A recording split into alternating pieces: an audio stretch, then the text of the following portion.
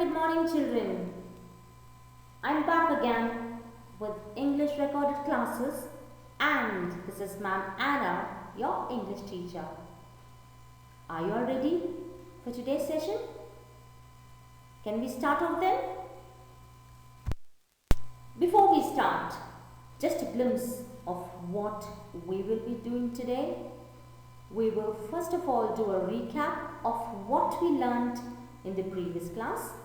Then we will continue the lesson, The Town by the Sea. I will complete the lesson for you all. I will explain the lesson as well. We will look into some vocabulary. Then of course comes my turn to ask you all questions. We will summarize all what we have learned and I will let you know what your classwork and homework is, which is your assignments. Before we start, let's quickly do a recap of what we learned, children, in the previous class. Now, in the previous class, we saw how this director was in Port Blair on Christmas since he was traveling from New Delhi and his family was in Malacca. He spent the night in the Harbour City Circuit House, which stands close to the water. On the morning of 26th, he was woken up by the shaking of his bed, which means there was earthquake, and he ran out of the building.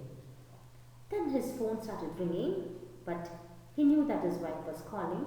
He wanted to save himself first, so he didn't attend his wife's call. Then after some time, when the ground was still, the earthquake was all over, he tried calling his wife, but there was no response. Then he observed something very strange.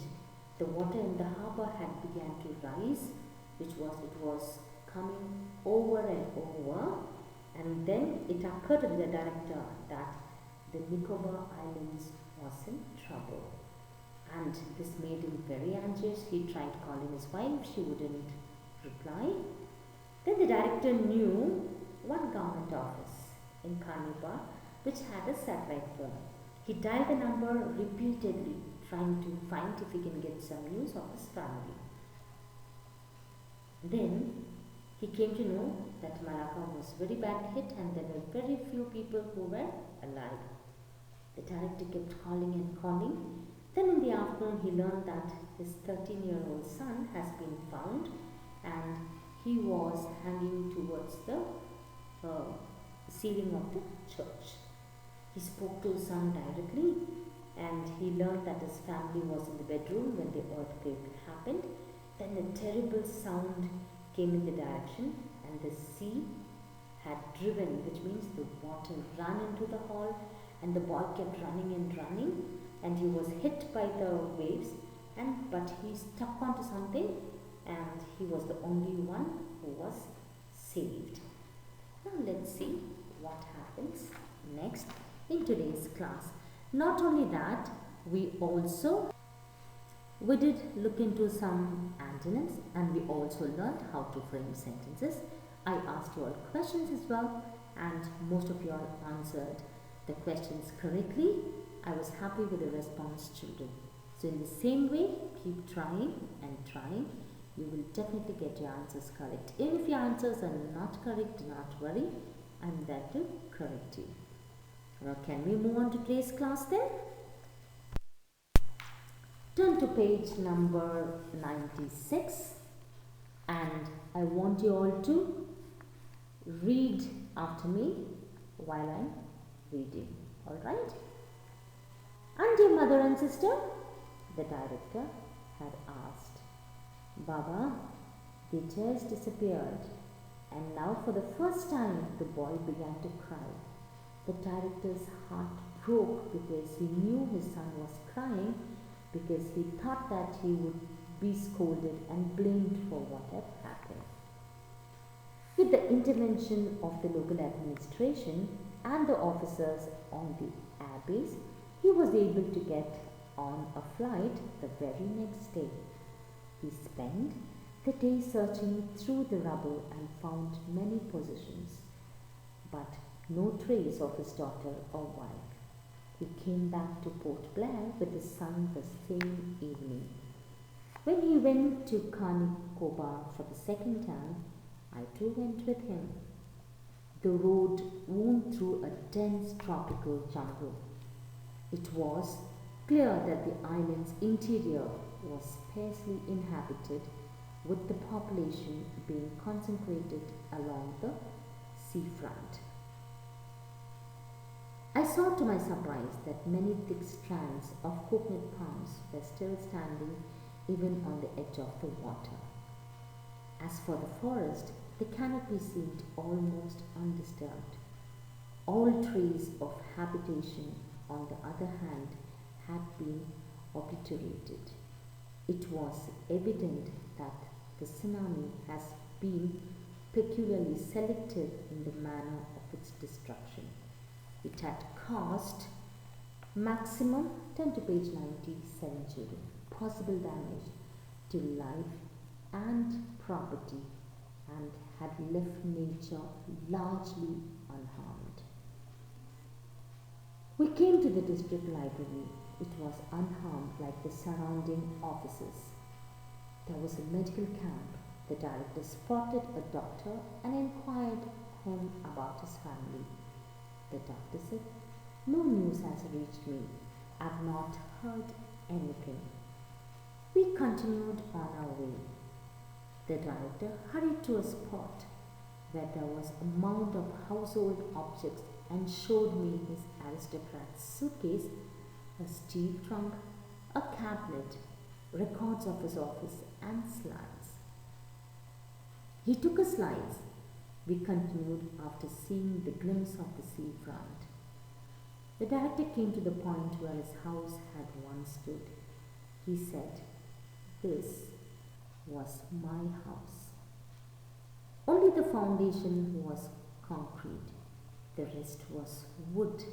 My wife used to teach English in a school here, but she wanted to leave.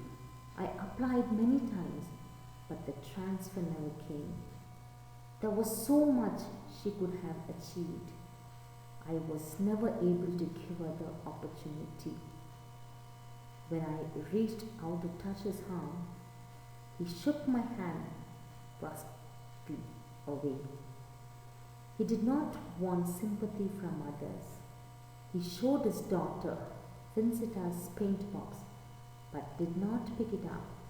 When I asked him why he did not pick it up, he said, "What good will it do? What will it give back?" As a husband, a father, a human being, it was impossible for me not to wonder, what would I have done? What would I have felt? What would I have chosen to keep off the past? The truth is that nobody can know. It is an expression of the innermost sovereignty of the self, because nothing now remains to cloud its vision. In the manner of his choosing, there was not a particle of hesitation or the faintest glimmer of doubt. Perhaps he must have found some comfort in the knowledge of an impersonal effort. Please turn to page 98, children. Sometimes words seem fertile, and at these moments it seems nothing is of value other than an act of intervening in the course of events. Even thinking, reflecting, and writing about it seems trivial and wasteful. And after the day had passed, I understood that in the manner of choosing the director had mounted the most singular, the most powerful defense of it that I would ever witness. And also turn to page 101. Now the author is telling, it so happened that the author met the director again on December 26, 2005. He expressed his condolences about the latest great misfortune. Over a cup of tea, they talked about the terrible night the previous year. Children, I've read the lesson for you all. Okay? Now, I want you all to mark all the hard words and all the hard words that you find and try and frame sentences for at least 5 of them. Try and frame sentences for at least 5 of them. This is homework number 1 and this has to be done in your homework book. Alright? Did you all understand, children, what was read? It's quite simple and self-explanatory, but still. Now what happened was, we saw last time that his son, the director's son, survived, isn't it? Now the director spoke to his son as well. The son was crying and suddenly the director asked, what about your mother and sister? And the boy began crying that the director's heart was all broken. He was shattered. Because his son was crying, the son thought that if I tell my dad what happened, he might scold me and think that it was my mistake. Isn't it? Most of the times, without knowing, parents shout at us. Isn't it? They think it is our fault, but well, it may not be our fault at all. But sometimes they realize and they are sorry, but sometimes they don't. So in the same way, the boy was very scared. Then he said that they were no more. The water had washed away. I've put up a picture, children, of how a tsunami has just rushed into her house and it's just washing away that house. So then the poor director, with the help of the local administration and the officers on the airbase, he was able to get a flight the very next day, and he spent the day searching through the rubble and found many things, okay, but no trace of his daughter and wife. So he came back to Port Blair with his son in the same evening. No other choice, he had to come back. When he came back to Karnikobar the second time, must be the author also went with him, or the friend or the author, the one who's writing the story also went with him. The road was like a jungle, right? I put up a picture as well, and it was all filled. The island was all washed away, and they could see all the coconut trees, the leaves of the coconut tree still lying at the edge of the water. And what they found, they only found pieces of the broken houses. Then after many searching and still he didn't find anything, it's of no use because the tsunami had washed away and most of the property was damaged except the nature. Then they came to a district library. It also was unharmed. In that district library, there was a medical camp going on. So the director went and asked a doctor there, is there any news of his wife and daughter? And his daughter, sorry. Then the doctor said, no news so far. So the author and the director, they went towards the seafront, just having a look at the seafront. Then the director stood at one point and he said, once upon a time, this was my house. Now there's only concrete, which means the building had collapsed, only the basement, okay, only the floor, that one particular floor was there. He said, only the foundation was concrete, that is, when you start building, the first layer of cement what we put, right, only that was concrete, and the rest everything was of wood because it was his wife's choice. And his wife used to teach English in a school and she never wanted to leave the school. They tried for a transfer many times because they didn't want to stay there. They tried to get a transfer and move into another city, but unfortunately that also didn't happen.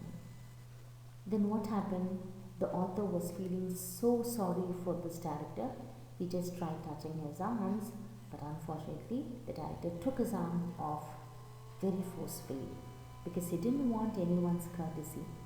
When we are in pain, people think that we need their courtesy. What we say, how sad.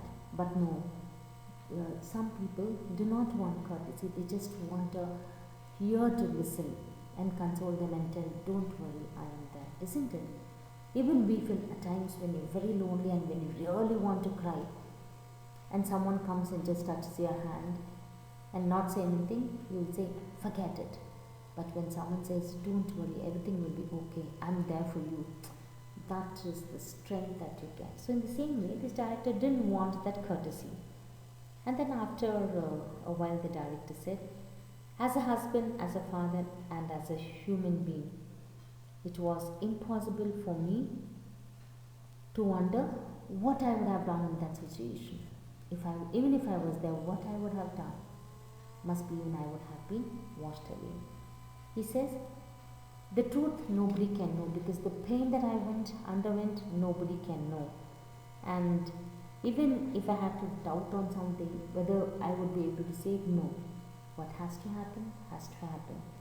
But even till today, the pain, only I will understand. Isn't it, children? Sometimes what happens when we are suffering with some pain, even a little hurt or something, only the pain, only we know how much we are feeling. The others may say, oh, how sad, is it paining too much? But they cannot take away our pain, right? So the feeling only we know. And sometimes the feeling the pain is what makes you stronger and stronger. That's all it is all about the lesson, children. It's just a story about how the director is really feeling because he never picked the phone. He's lost his daughter and wife. But there's no other go.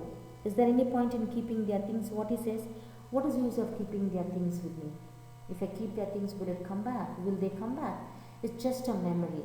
And every time I see that, I will be getting hurt and hurt. Even if it is going to be years, that will hurt me. Instead of it, better not keep those things. Correct. It's true, right? They have gone. Someone has passed away. But you keep thinking and hurting yourself. It's not going to make any sense. Correct. You have to pray for them. Their love and affection will always be with you. And you have to keep moving forward. A very sad and interesting story, isn't it? Hope you all have understood.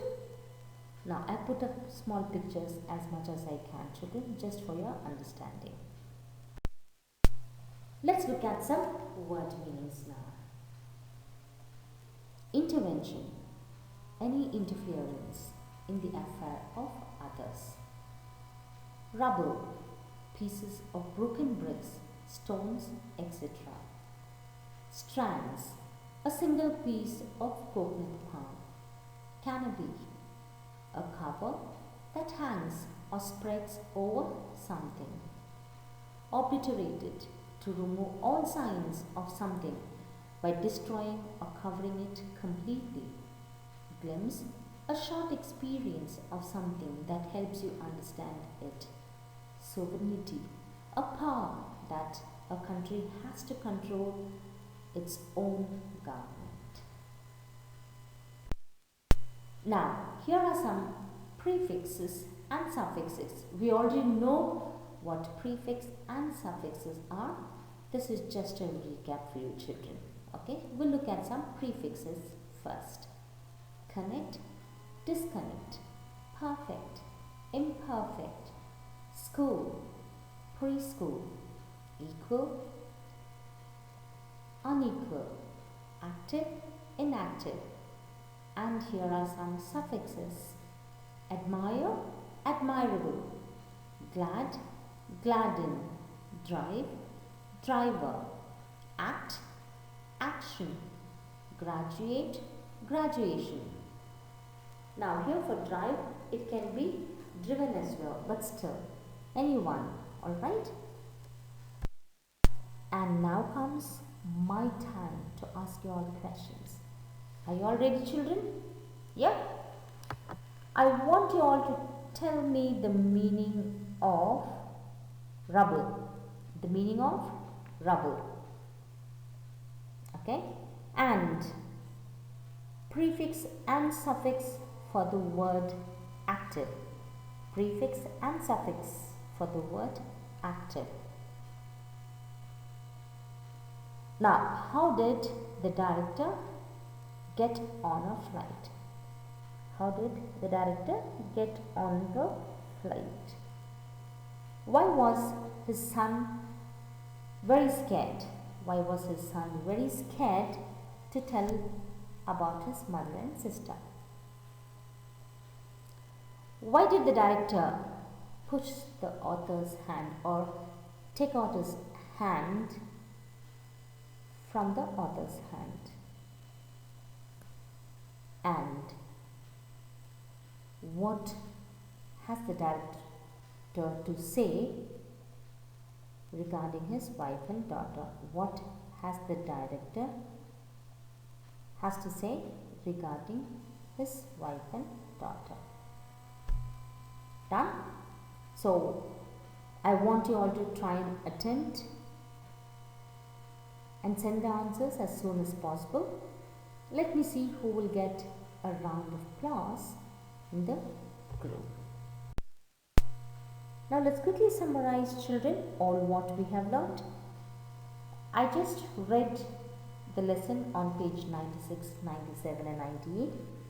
I did complete the lesson for you all and have also explained the lesson. Also put up all possible pictures that I could. Then we looked into some word meanings and we also saw some prefixes and suffixes, and I did ask you all questions as well, isn't it? And now comes the last part of your slide, which is the assignment slide. Now for your classwork, children, I will be sending notes via WhatsApp. Copy it neatly in your classwork book. Once again, I will be sending notes via WhatsApp. Please copy it neatly in your classwork book. Maintain the index and also maintain your diary.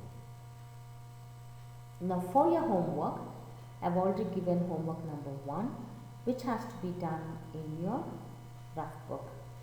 Now, in your homework book, I want you all to find the antonyms of these words, which is broke, blamed, inhabited, destruction, peculiar, glimpse, transfer, sympathy, truth and vision.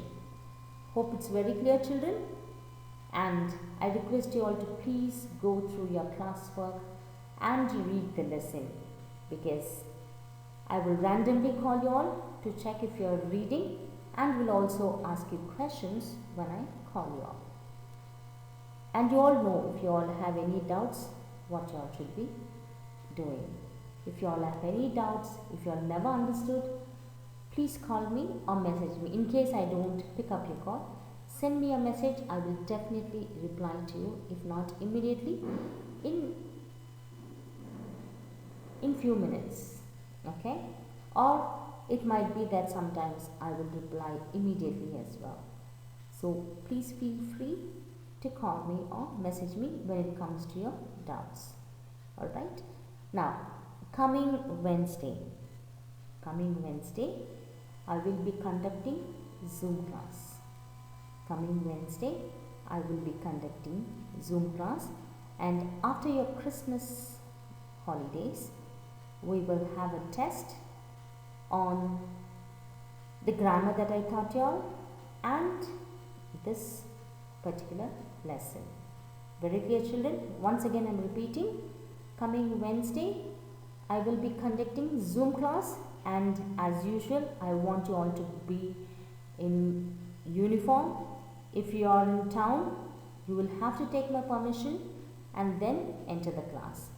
Before sitting in the class, please see that you all write down your names in the participant list and see that there is no distraction. I don't want any of the younger brother or sister coming and peeping, or if you are there, someone else talking, or the TV is on. That will only create distraction and it will keep disturbing the class. So please take care of this, children. Alright? So until we meet on Wednesday, this is my Manna signing off. Bye bye. Take care.